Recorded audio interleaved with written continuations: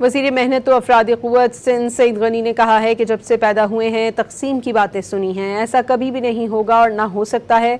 Sindh assembly इजलास से कबल मीडिया से गुफ्तगू में सईद गनी ने कहा कि सब जानते हैं कि ये शहर चुटकी भर बंद होता था, चुटकी पर खुलता था। जब से मैंने सियासत में होश संभाला है, ये बातें मैं उस वक्त से सुन रहा हूँ और शायद आप भी सुनते रहेंगे जब तक ज़िंदगी रहेगी।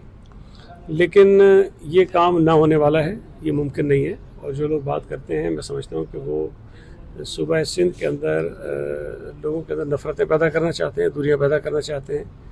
और शायद ये ख्वाहिश उनकी है कि सूबा सिंध के अंदर तरक्की का जो सफ़र है वो रुक जाए कहीं ना कहीं, ताकि लोग आपस में लड़ते रहें।